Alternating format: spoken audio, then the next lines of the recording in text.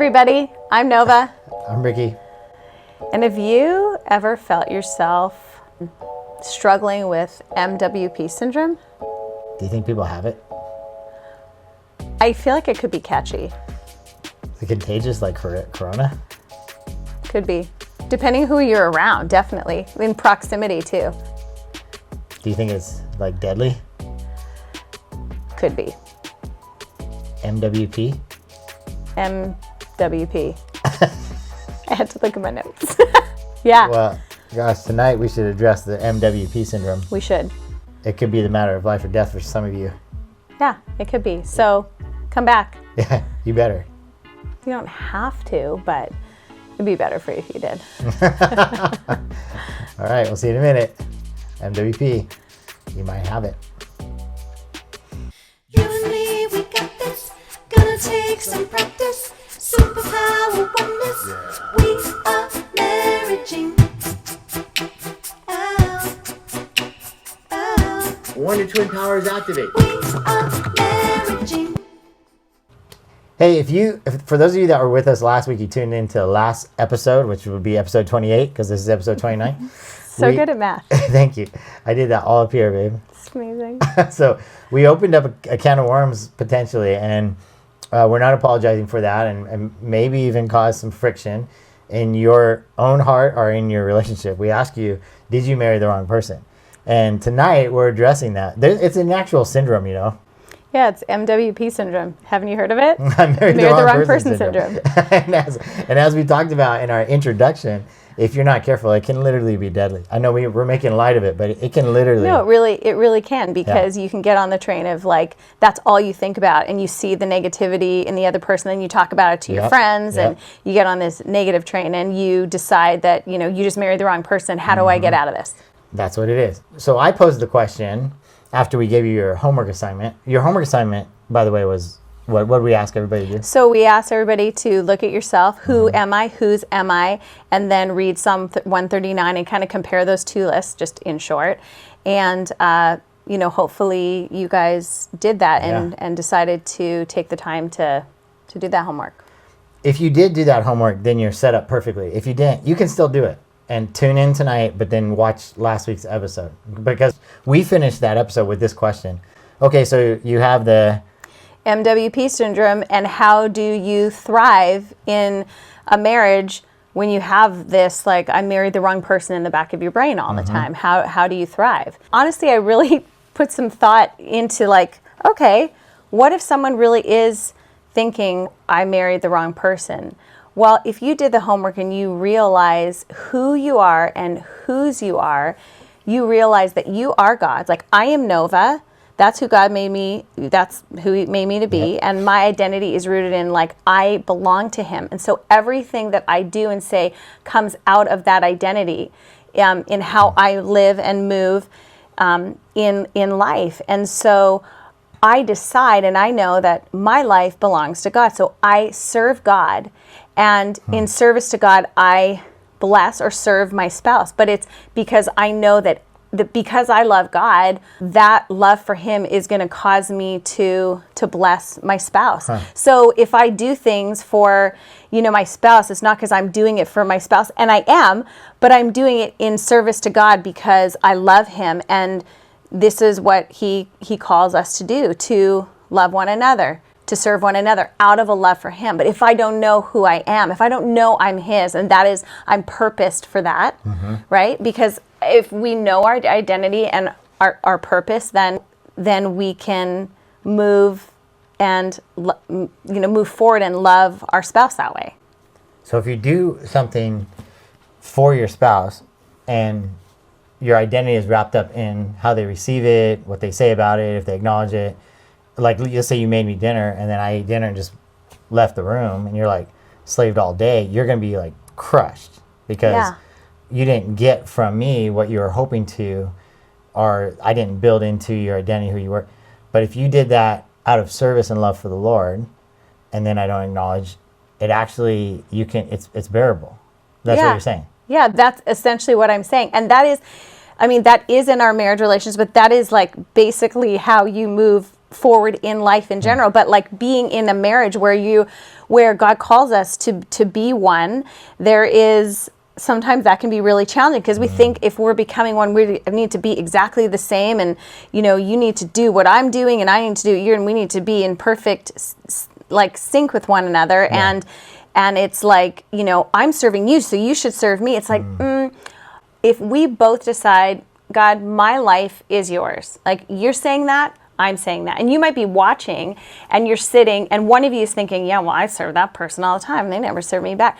It's changing the mindset of, if you are both sitting there watching, the wife is saying, God, I serve you and I really want to bless this man. And the husband saying, God, I serve you and I really want to bless this woman. Then what you are no longer doing is, you better do for me what I'm doing for you. It's like, I'm doing this for the Lord. And I actually bless the Father's heart when I bless you, because he says that you belong to him. So if I'm blessing his kid, he loves that. So it's like that relationship, that child parent, and like he's watching us and going, that's awesome. I loved that. We've counseled couples in the past that almost like, whether it's mental or it's actually, they write it down, they kind of keep track. Yeah, they keep score. We've talked about that, but it's like the idea of like not keeping score. So how do I stay married, and how do I thrive in a marriage that it has, I married the wrong person syndrome? I decide I'm going to get this identity correct, and I serve him, and out of service to God, I bless that person. And that's where the fruit of the Spirit comes in. Everything I do is like, then the fruit of the Spirit comes out. Love, joy, peace, patience, kindness, all of it comes out of that. Yeah, there is no keeping score either with God either, because it's not on a grading scale, and you do really good things and you add up and you get points to the big guy upstairs. I've heard that before too, right? Yeah. There's no like getting points with God. He can't love us any more or less today than he does tomorrow, no matter what we do, right? Yeah, and you make that point. It's like his love is unconditional. And what we struggle with in the human arena here is that we're conditional. We're set up in life is all conditioned. I do this, you do that. Tit for tat. Yeah. I didn't want to say that for some reason. Tit is a weird word. It is. I don't say it anymore. I don't like it. Yeah, tit for tat. Oh my goodness, stop it. Anyway, my goodness, we literally digress. Tit for tat. You're digressing, and now I'm ignoring. Oh my gosh. But you do, I do. You know what? What's interesting? Oh man, in helping couples write their vows, we discovered that sometimes, even in your vows, remember? Yeah. It's like, I will because you will. So it's kind of like, I'll do this, and there's conditions even written in there. I'll love and honor you and respect you as you love and honor and respect me. In other words, you do that and I'll do it. Even in your vows. So it's like kind of innate for us to keep score, competition, this for that. Thank you for that. And it's like a scale, and then there's the whole, well, I deserve, I don't get, okay, so, but tell me about this, okay? What about appreciation and honor and, gratitude, and you're not getting it, okay? So it's easy to say, well, you just get it from God, but how? So if I never said thank you to you, and we're saying tonight, you have to serve God, you have to find your peace and your joy and your happiness from the Lord, not from a human, because they'll let you down. They can't deliver that. Yeah, I think honestly, Ricky, I honestly think the only thing that I really know to do is to continue to serve God and bless you and pray for you. And pray that God would speak to you. Because I think if people are sitting and someone's thinking, yeah, because I do all this stuff, and this person's going, well, I mean, I don't know what she's complaining about, what he's complaining about. We have to, we have to take responsibility, each of us, for that very thing. And, I think if people are watching, we always say a marriage that isn't growing is dying. Like, people are watching and they're both there and they're saying, I'm here, I'm willing.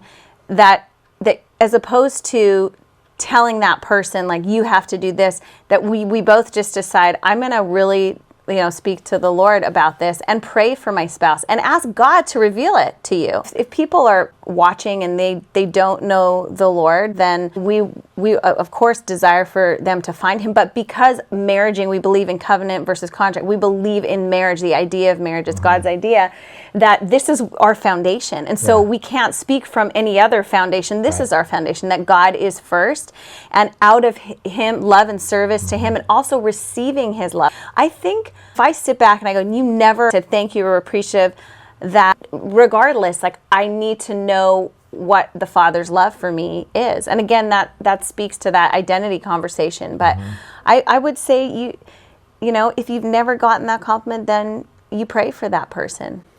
Yeah, I think even in the Bible it says that, right? Like, if for the Christian who married the unbelieving spouse, that your job isn't to leave them, divorce them, it's to pray them into The kingdom. the kingdom, or into a connection with God. Here's the thing, no human can change another human. It is not possible for me to look and say, you change. And it just doesn't work. So that's free will. Like, each of us has to decide. I can't manipulate you. I mean, people try to manipulate each other, but then if you manipulate and you get the person to do what you want them to do, that's unhealthy. That's not sincere either. It's not sincere. And what does the scripture talk about? It's like, let your love be sincere, towards one another. That's good. What can we do? We can pray. We can bless. We decide that no matter what, that God is our everything, and he should be regardless, but take responsibility for self and see what happens. It's exactly opposite of what Jerry Maguire taught us in the 80s or 90s or whatever, remember? What did Jerry Maguire teach You us? complete me.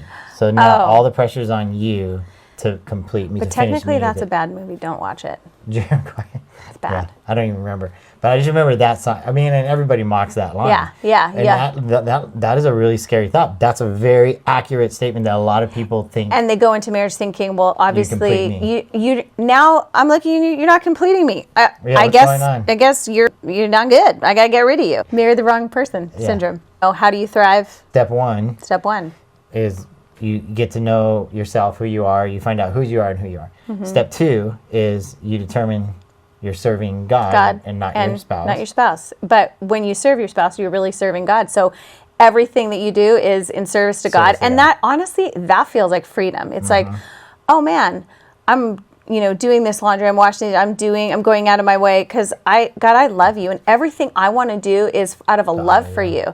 And that feels, that's like such a release for people, as opposed to the expectation of, back and forth, like, you do this for me, I'll do this for you. And then I think there's a third step. So there's three steps, real simple, right? And the third step has to do with covenant. You mentioned that earlier, covenant versus contract. So the problem in America, and it's not like this in all countries, but for sure in America, that marriage is a contract. It's a legal agreement. You sign, I sign, the priest signs. And if I don't like it, I'm going to rip it up. I have loopholes in this agreement that I can get out of it. Right? Loopholes. And every contract has loopholes. So, you didn't do this or that. So the loophole for marriage in America is a word called divorce. That's a loophole. It's always an option. So if people go into marriage, typically. If divorce is an option. Then if you say I married the wrong person and you allow divorce to be your option, then that's where you're always going to want to go. Well, yeah, if you have that, if that's in the back of your mind, rarely are you going to have to be motivated to find a different way, because you can just throw your hands up and go, divorce. It's okay. I'll try it again. Now, there's people that are listening, tuning in right now that have been divorced once and even sometimes more.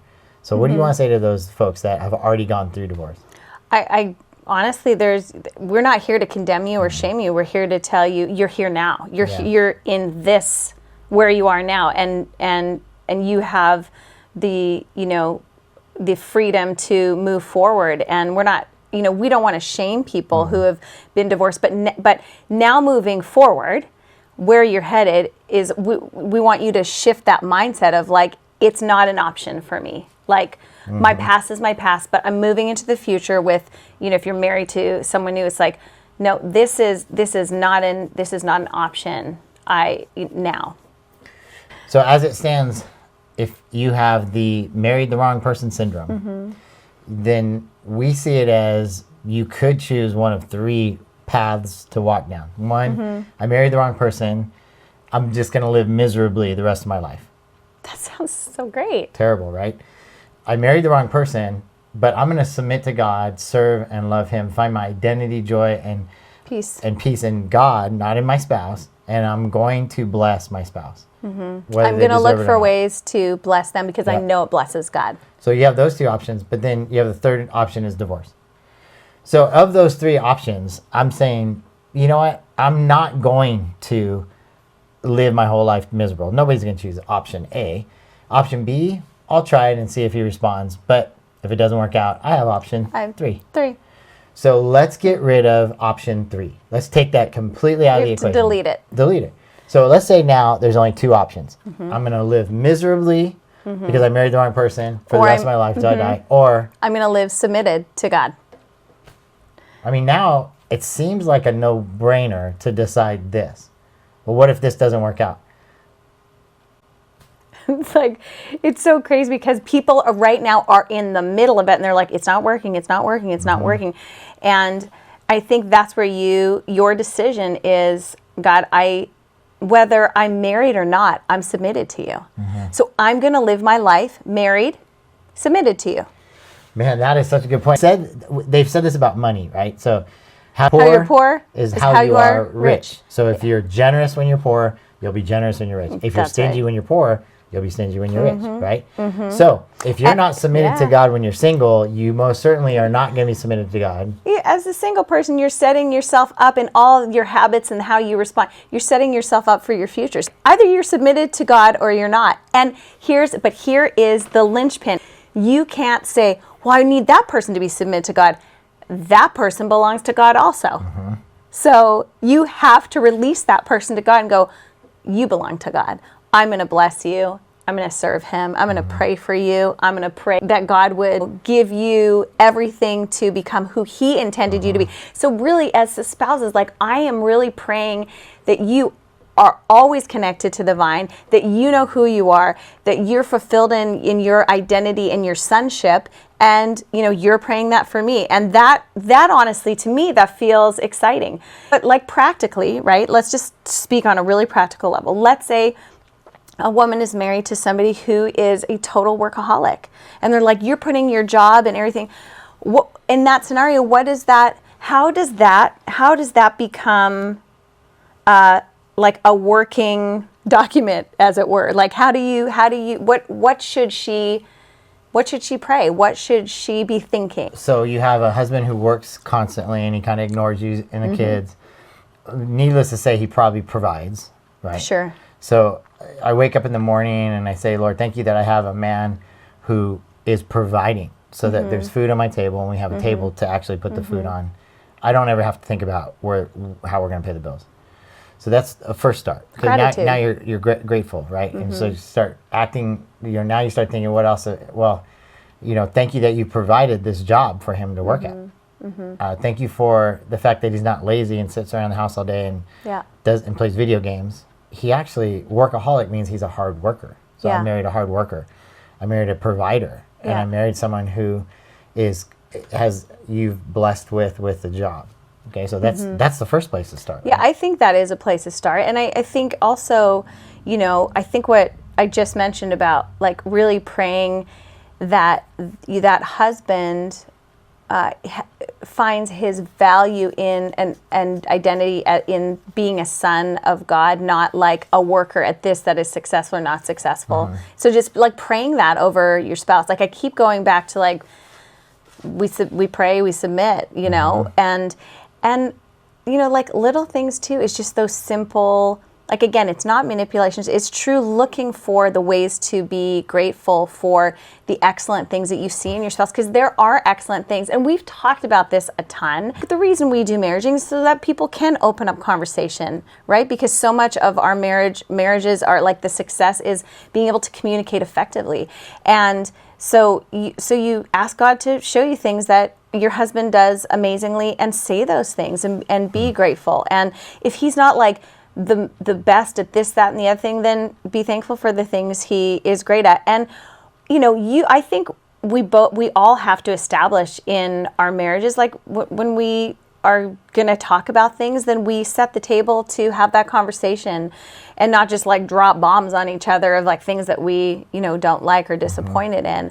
But again, it's wrapped up in our identity, knowing who we are and who we actually serve. And I think that frees us. So for that woman, it's going to free her. And it's not easy to do these things that we're suggesting. Yeah, it's not like, here's the magic pill, do that. This is the part of marriage that is, it's work. I saw a video today of this guy, and he has his shirt off, and he's like, ripped, and he's got this 6-pack, 12-pack or something. Yeah, kind of like me. Anyway, he's got this 12-pack, and he's got a very thick accent. I can't tell what it is, but he said, to get a 6-pack, it's not easy, or everybody'd have a 6-pack, and you wouldn't be staring at mine right now. And he was totally, I was staring at this dude's 6-pack on the screen. I'm like, wow, as he said those words.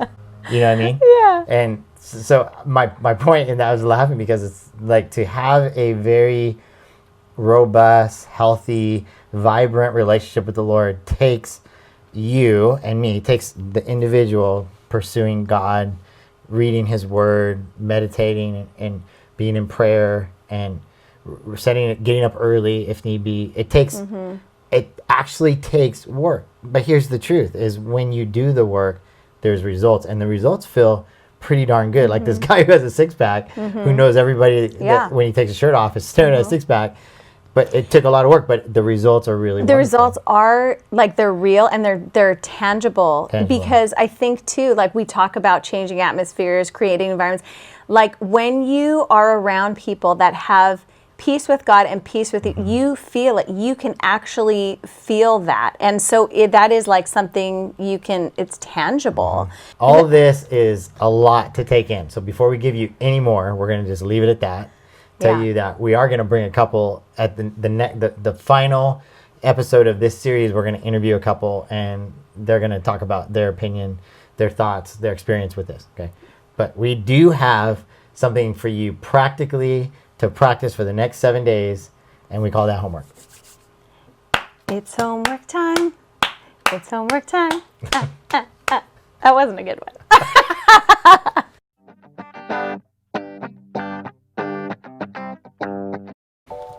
Okay, your homework assignment, if you so choose to accept it. And by the way, if you're sitting with your spouse right now, don't look at each other. Look at us. Look at us. Because we don't want to give anything away, all right? Right. So your assignment, if you so choose to accept it, is what we call Secret Service Activity. Do you want to join the Secret Service activity? Okay, so I've always wanted to be a secret agent. You know that? I could be. You never know. No, I couldn't lie to you. I am literally the worst liar in the whole universe. No, it could testify though. I'm terrible at lying. Huh? No, it's like, even when you try to surprise me, I'm like, ooh, he's trying to surprise me. Okay, join the Secret Service. That's your assignment. Okay, so that's why we don't want you to look at each other. Look at us. We're going to challenge you to join the Secret Service. And it's literally 7 things that you're going to do. Starting after you watch this video. Yes. Potentially. Or maybe starting tomorrow. Either way, whichever works better. Yeah. But 7 things to be in the Secret Service. Secret Service is literally acts of service. These are physical acts of service that you can do, and they may actually go undetected, but their impact will be amazing. So you're going to bless your spouse by doing whatever it is, okay? And you're going to do it in secret. They're not going to know you did it. They might figure out you did it. Eventually, but it'll pretty much go undetected. That's why we say it's Secret Service. Okay, so I'll give you an example, and then she's going to give you an example. We'll give you a couple, okay? So the dishwasher's full, and let's say there's 3 or 4 people in your household. It could be little kids or whatever. And you go to put a dirty dish in the dishwasher full, okay? So you look around, no one's there. You empty the dishwasher, and you don't put the dirty dishes in the dishwasher. You wash them and you put them in the cupboard. You wipe all the counters top down, you shut the lights off, and you leave the kitchen. Okay, so now your spouse comes in maybe an hour later, maybe the next morning, and she opens the dishwasher, put the dishes away, and they're gone. She's like, oh my gosh, this is awesome. She doesn't know it's you. It could have been one of your kids. She could have done it and forgot she did it, but maybe she'll go like, well, there's only 2 of us, so it wasn't me. And she'll come up and go, thank you, right? But what you didn't do is, babe, I'm going to put the dishes away.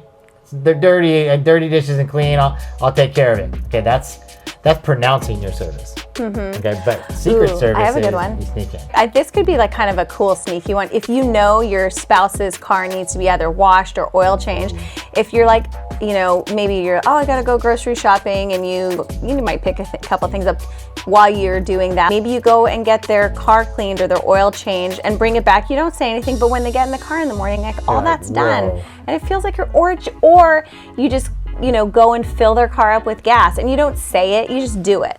So those are 2 good ones. That's like secret service, Secret. And you could do other things too, but like those are just good examples of you don't announce, you just do, and it's like, God, what would really bless your heart to do for my spouse? And I think we can ask God for like, give me ideas, because some people go, I don't have a clue. I don't even know what they like to eat. But we can ask God, and He can help us do that. And you know what's cool? When you have like a best friend and your little kid, remember this? And the 2 of you kind of play a prank on your brother or sister or whatever. And then you come running out of the room and you're like giggling. You're like, oh my gosh, I can't wait till they walk in. It's going to be hilarious, okay?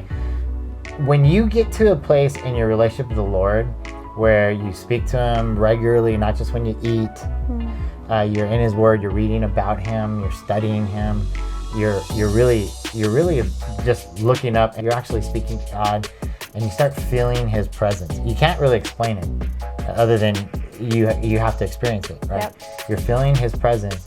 When you do secret service stuff, it's awesome because you like run out of the room and you're like, God, we just did that. It's going to be amazing. I wish I could see their face when they see that, but it doesn't matter. It's just, it's so awesome. It feels good. And the thing is, like, it blesses you because you know this person's going to be blessed. Honestly, and like, it's so interesting because that really, not that is why you're doing it, but in the end, being a blessing becomes the blessing. Yeah. And it's just cool. And then out of that service to God, there is a fullness of joy, and things begin to change in your relationship. So this week, become secret service agents and ask God to help you with ideas. That's good. That's so good. I feel like we're so proud of ourselves. We did it. We are good. Oh my gosh. I think every good and perfect gift comes from God, though, so we can't take credit. That's true. That's a good point. Secret Service agents doing secret service activities. And you know what? Do this if while you're watching this, or maybe it's like Tuesday or Wednesday and you found this episode and you're watching it and you try it. Would you just, on this video in the comments below on YouTube, would you just put in there, this is the thing I did and it was really awesome? Because that could help other people. Yeah, so maybe, make sure your spouse doesn't read it though, because then that kind of blows the secret part of it. Or do it later, I don't know. Yeah, do it later. But share ideas. Yeah, but for some people who maybe watch alone, that's true, that's really secret, because actually, the spouse for sure wouldn't know that that's what's going on. Yeah, so, totally. Yeah, so secret service agent, secret service activity. Have fun with it. Yeah. Really enjoy blessing your spouse, whether they deserve it or not. You have blessed me when I have not deserved it. I'm just saying. Yeah, you've done that for me too. And I've like, it's really cool to be able to sit here and say that. Yeah.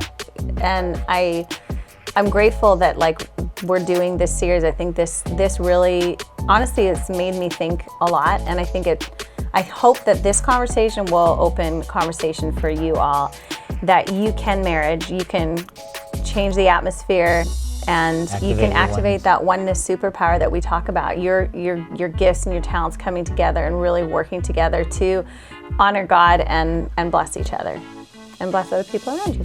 We believe in you. We believe in marriage. We believe in your marriage. We believe that God can transform your life and your spouse's life if you submit your life to Him.